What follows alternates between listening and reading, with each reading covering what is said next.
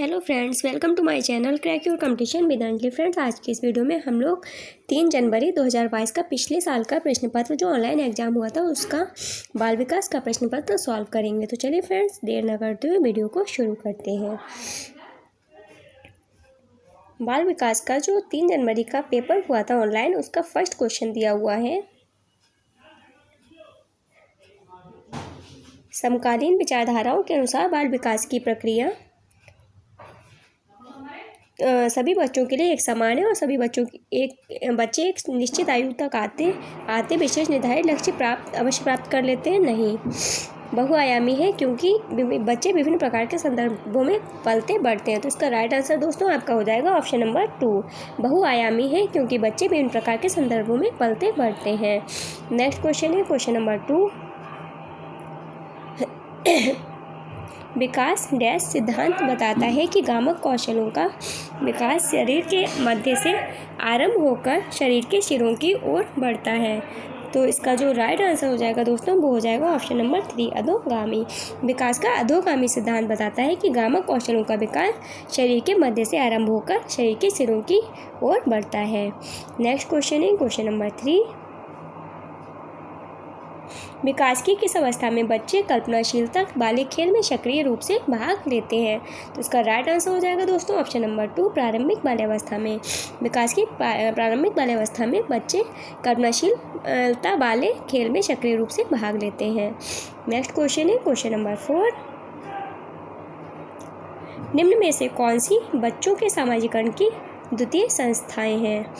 तो इसका जो राइट आंसर हो जाएगा दोस्तों वो हो जाएगा मीडिया, धार्मिक संस्थाएं और विद्यालय। दूसरा, तीसरा और चौथा देखते हैं कि दूसरा, तीसरा और चौथा किस में दिया हुआ है ऑप्शन में।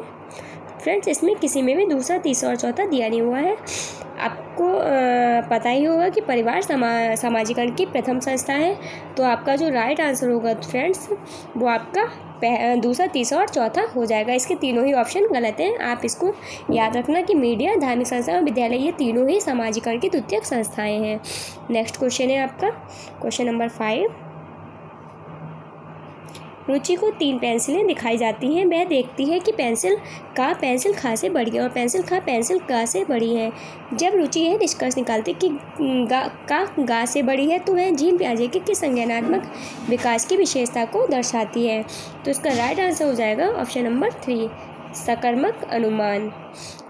वो जीन पियाजे के सकर्मक अनुमान विकास की विशेषता को दर्शाती है। नेक्स्ट क्वेश्चन है हमारा क्वेश्चन नंबर 6। जीन पियाजे के संज्ञानात्मक विकास के सिद्धांत के अनुसार मूर्त संक्रियात्मक चरण में बालक निम्न में से क्या कर पाने के योग्य होता है? तो इसका जो राइट आंसर हो जाएगा ऑप्शन नंबर 1 हो जाएगा, प्रतिवर्तन। जीन पियाजे के संज्ञानात्मक विकास के सिद्धांत के अनुसार मूर्त संक्रियात्मक चरण में बालक प्रतिवर्तन कर पाने के योग्य होता है। नेक्स्ट क्वेश्चन है क्वेश्चन नंबर 7। निम्नलिखित में से कौन सा चरण लॉरेंस कोहलबर्ग के द्वारा दिए गए नैतिक विकास के सिद्धांत में शामिल नहीं है? तो इसका राइट आंसर हो जाएगा फ्रेंड्स ऑप्शन नंबर 2, अपारंपरिक चरण। लॉरेंस कोहलबर्ग द्वारा दिए गए नैतिक विकास के सिद्धांत में कौन सा शामिल नहीं है इनमें से? अपारंपरिक चरण। पारंपरिक चरण, उत्तर पारंपरिक चरण और पूर्व पारंपरिक चरण, ये तीनों ही चरण लॉरेंस कोहलबर्ग द्वारा दिए गए हैं। नेक्स्ट क्वेश्चन है आपका 8 नंबर क्वेश्चन। एक अध्यापिका अपनी कक्षा के लिए लेव वाइगोत्स्की के सामाजिक संरचनावादी सिद्धांतों पर आधारित शिक्षण अधिगम प्रक्रिया तैयार करना चाहती है। उसे निम्न में से किसके प्रयोग से बचना चाहिए? तो इसका राइट आंसर हो जाएगा ऑप्शन नंबर 3, अधिगम के आकलन के लिए मानकीकृत परीक्षाओं का इस्तेमाल। इससे इसको बचना चाहिए। नेक्स्ट क्वेश्चन है हमारा क्वेश्चन नंबर 9। लेव वाइगोत्स्की ने अपने सामाजिक संरचनावाद सिद्धांत में निम्न में से किसे विद्यार्थियों में अधिगम को सुसाध्य करने हेतु उपयुक्त बताया है? तो इसका राइट आंसर हो जाएगा ऑप्शन नंबर 1, सहकर्मी योग्यता।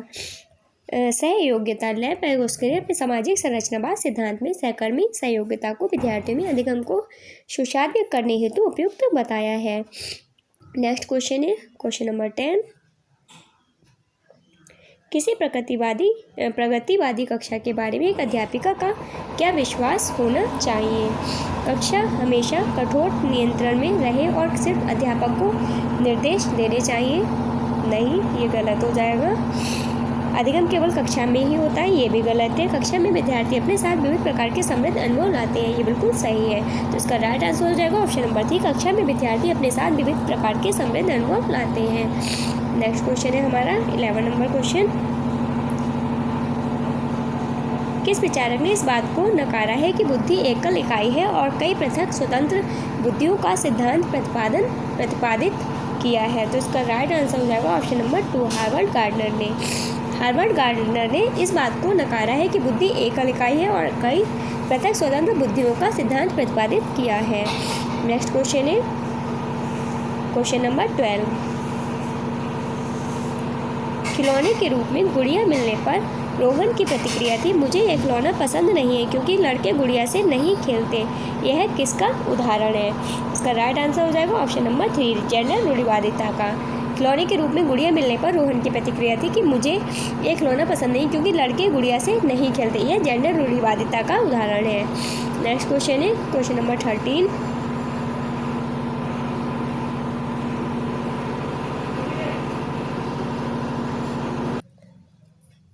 एक शिक्षक 1 महीने की अवधि के अंतराल में विद्यार्थियों को निबंध लेखन के लिए कई ड्राफ्ट लिखने के लिए सहयोग देता है।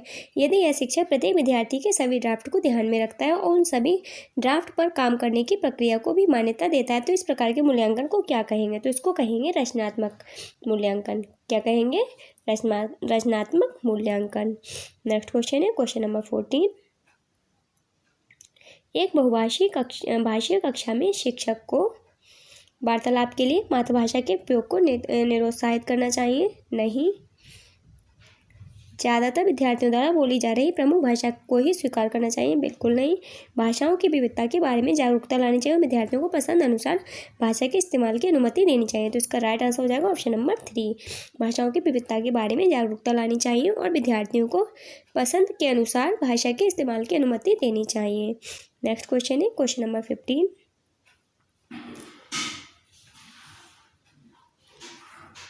राष्ट्रीय शिक्षा नीति 2020 के अनुसार शिक्षा को केवल पूर्व निर्धारित विषय वस्तु पर केंद्रित होना चाहिए। सही है। समस्या समाधान पर केंद्रित होना चाहिए, ये भी सही है। अधिगमकर्ताओं में समालोचनात्मक चिंतन का विकास करना चाहिए, ये भी सही। अन्वेषण निर्धारित और खोज आधारित होना चाहिए, ये गलत है। तो इसका जो राइट आंसर हो जाएगा 1, 2, 3 हो जाएगा। 1 और 2 और 3 किस ऑप्शन में दिया है? ये दिया है सेकंड नंबर ऑप्शन में। तो इसका सेकंड नंबर ऑप्शन आपका बिल्कुल सही हो जाएगा। नेक्स्ट क्वेश्चन है 1 मिनट फ्रेंड्स। इसका जो आपका चौथा वाला है 1, 2, 3, 4, ये चारों ही आपके सही हैं। देखते हैं 1, 2, 3, 4 चारों के चारों जो दिए हैं वो दिए हैं चौथे नंबर में। तो इसका जो राइट आंसर हो जाएगा आपका वो हो जाएगा ऑप्शन नंबर 4। नेक्स्ट क्वेश्चन है 16 नंबर क्वेश्चन। पाठ्यक्रम को जल्दी पूरा कराने के लिए एक शिक्षिका हमेशा अपनी पसंद के ही कुछ बच्चों से उत्तर पूछ लेती है। शिक्षिका द्वारा किया गया गृह कार्य पाठ्यक्रम को पूरा करने हेतु न्यायोचित है? नहीं। यह दर्शाता है कि शिक्षिका में अपनी कक्षा के श्रेष्ठ बच्चों को पहचानने का अच्छा कौशल है? नहीं। विद्यार्थियों को समान अवसर की उपलब्धता से वंचित करता है? बिल्कुल सही हो जाएगा, ये ऑप्शन नंबर 3 सही हो जाएगा आपका। विद्यार्थियों को समान अवसर की उपलब्धता से वंचित करता है। नेक्स्ट क्वेश्चन है 17 नंबर क्वेश्चन। गुणज वैकल्य से जूझते छात्र के समावेशन हेतु निम्न में से क्या महत्वपूर्ण है? कार्य पूर्ण करने के लिए सख्त समय बाध्यताएं निश्चित करना, गलत है ये। विद्यार्थी को दृश्य आधारित परिकलन, कैलकुलेटर और गणित संबंधी प्रायोज्यता उपलब्ध कराना। तो इसका राइट आंसर ऑप्शन नंबर 2 हो जाएगा, ये बिल्कुल सही है। विद्यार्थी को दृश्य आधारित परिकलन, कैलकुलेटर और गणित संबंधी प्रायोज्यता उपलब्ध कराना। नेक्स्ट क्वेश्चन है आपका 18 नंबर क्वेश्चन।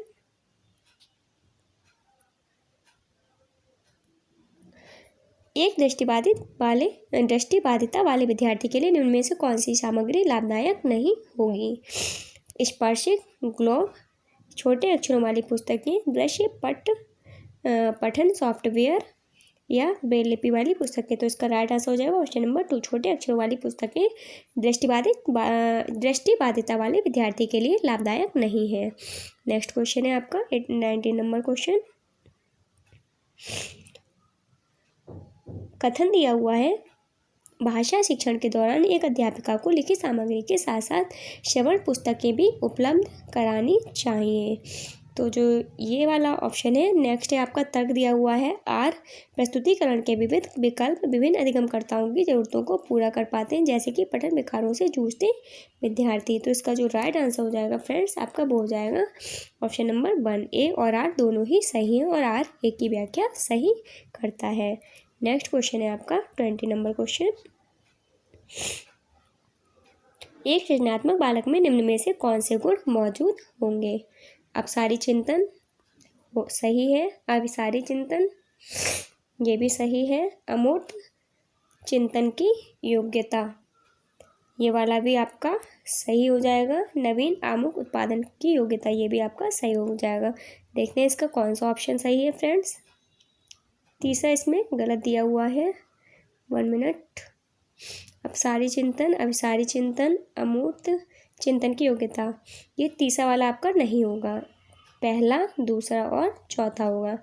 और ये वाला जो ऑप्शन आपका दे रखा है ये दे रखा है आपका ऑप्शन नंबर 3 में पहला, तीसरा और चौथा। तो इसका जो राइट आंसर हो जाएगा फ्रेंड्स वो हो जाएगा आपका तीसरा वाला, पहला, तीसरा एंड चौथा। नेक्स्ट है आपका 21 नंबर क्वेश्चन। कथन ए, कक्षा में मूल्यांकन के लिए शिक्षकों को विविध विधियों का प्रयोग करना चाहिए।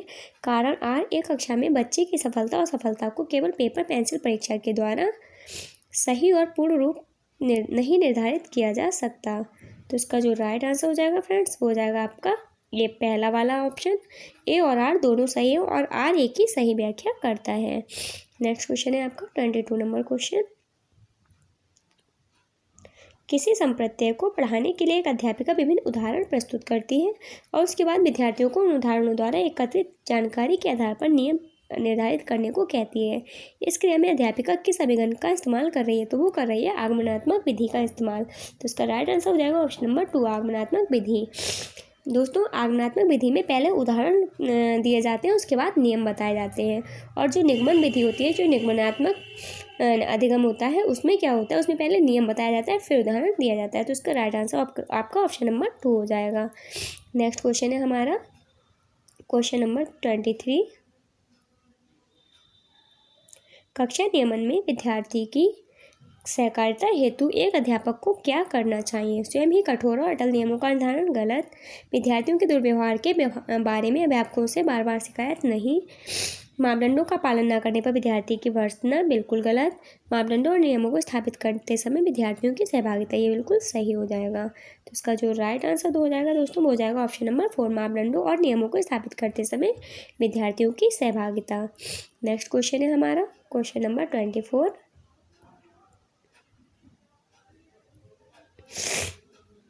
सही विकल्प वह विकल्प चुनिए जो उन संदर्भों का सही चुनाव करता है जिनमें बच्चों के लिए अधिगम हो पाता है। खेलकूद, घर, कक्षा, कक्ष। तो जो इसका राइट आंसर हो जाएगा फ्रेंड्स वो हो जाएगा आपका ऑप्शन नंबर 3, पहला, दूसरा, तीसरा, खेलकूद, घर और कक्षा, कक्ष ये तीनों ही सही हो जाएंगे। नेक्स्ट क्वेश्चन है आपका 25 नंबर क्वेश्चन। निम्नलिखित में से कौन सी तकनीक छात्रों में समस्या समाधान कौशलों के विकास हेतु प्रभावशाली नहीं है? मुद्दों पर चर्चा को सुसाध्य करना और छात्रों को चर्चा में भाग लेने के लिए प्रोत्साहित करना नहीं, समस्या को हल करने के लिए छात्रों को विचार मंथन एवं विचार उत्पन्न करने के लिए प्रोत्साहित करना नहीं, समस्या समाधान खोजने के लिए छात्रों को विविध प्रकार की शिक्षा सामग्री प्रदान करना नहीं, हर समस्या के लिए एक ही जैसी पूर्व निर्धारित चरण प्रक्रिया इस्तेमाल पर बल देना। ये आपका ऑप्शन नंबर 4 आंसर सही हो जाएगा। इसमें पूछा गया है कौन सी तकनीक छात्रों में समस्या समाधान कौशलों के विकास हेतु प्रभावशाली नहीं है? ये तीनों ही जो हैं ये पहला, दूसरा और तीसरा ये दोनों ही प्रभावशाली हैं। तो ये आपके आंसर नहीं होगा, आपका ऑप्शन नंबर आंसर हो जाएगा 4। नेक्स्ट क्वेश्चन है आपका क्वेश्चन नंबर 26। निम्न में से कौन सा एक संरचनावाद कक्षा का विलक्षण है? अधिगम प्रक्रिया में अधिगमकर्ता निष्क्रिय होते हैं? नहीं। पाठ्यपुस्तक को यंत्रबद्ध याद करने पर अत्यधिक महत्व दिया जाता है? नहीं। कक्षा में बच्चों को प्रश्न पूछने के लिए प्रोत्साहित नहीं किया जाता है? बिल्कुल नहीं। इसका राइट आंसर हो जाएगा ऑप्शन नंबर 4। कक्ष में बच्चों के पिछले अनुभवों का उपयोग नए ज्ञान की रचना के लिए किया जाता है। नेक्स्ट क्वेश्चन है 27 नंबर क्वेश्चन। निम्न में से कौन सी विचारधारा बच्चों के अधिगम में अवरोधक है? त्रुटियां अधिगम की प्रक्रिया का ही एक हिस्सा है? नहीं। ये सही है, मतलब ये वाला आपका ऑप्शन नहीं होगा। अधिगमकर्ताओं के लिए त्रुटियां करना एक लज्जाजनक कार्य है, ये आपका ऑप्शन नंबर 2 सही हो जाएगा। कौन सी विचारधारा बच्चों के अधिगम में अवरोधक है? तो अधिगमकर्ताओं के लिए त्रुटियां करना एक लज्जाजनक कारक है, यह एक अवरोधक है अधिगम में। नेक्स्ट क्वेश्चन है हमारा क्वेश्चन नंबर 28। निम्न में से कौन सा बाह्य अभिप्रेरणा का एक उदाहरण है? अपने अधिगम को दृढ़ करने के लिए शोध करते समय अमन विभिन्न स्रोतों की सहायता लेता है? गलत। नगद इनाम पाने हेतु रेयान एक परियोजना के लिए विभिन्न स्रोतों से खोज करता है, ये आपका बिल्कुल सही हो जाएगा। बाह्य अभिप्रेरणा का एक उदाहरण कौन सा है? नगद इनाम पाने हेतु रेयान एक परियोजना के लिए विभिन्न स्रोतों से खोज करता है। और ये वाला जो आपका फर्स्ट है, अपने अधिगम को दृढ़ करने के लिए शोध करते समय विभिन्न स्रोतों की सहायता लेता है, ये आपका आंतरिक अभिप्रेरणा के अंतर्गत आता है। सितारा अपने स्व संतोषण के लिए अपने से बड़ों से नियमित और तौर पर प्रतिपुष्टि लेती है, ये भी आंतरिक अभिप्रेरणा का उदाहरण है। और चौथा वाला भी आंतरिक अभिप्रेरणा का उदाहरण है। तो आपका इसका जो राइट आंसर है वो ऑप्शन नंबर 2 हो जाएगा। नेक्स्ट क्वेश्चन है हमारा 29 नंबर क्वेश्चन। कोविड-19 महामारी के दौरान तनाव ने विद्यार्थियों के प्रदर्शन को नकारात्मक रूप से प्रभावित किया है। निम्नलिखित में से किस प्रकार के संबंध को स्पष्ट करता है? तो यह स्पष्ट करता है संज्ञान और संवेग को। इसका राइट आंसर हो जाएगा ऑप्शन नंबर 2। संज्ञान और संवेग के संबंध को स्पष्ट करता है। नेक्स्ट एंड लास्ट क्वेश्चन है 30 नंबर क्वेश्चन आपका। अधिगम अधिक सार्थक और प्रभावशाली होता है अगर वह मुख्यतः डैश हो। शिक्षक निर्देशित, सहपाठियों द्वारा निर्देशित, पाठ्यपुस्तक निर्देशित या स्व निर्देशित। तो इसका राइट आंसर हो जाएगा ऑप्शन नंबर 4 स्व निर्देशित। अधिगम अधिक सार्थक और प्रभावशाली होता है अगर वह मुख्यतः स्व निर्देशित होता है। फ्रेंड्स, आपका बाल विकास का 3 जनवरी 2022 का फर्स्ट पेपर कंप्लीट हो चुका है।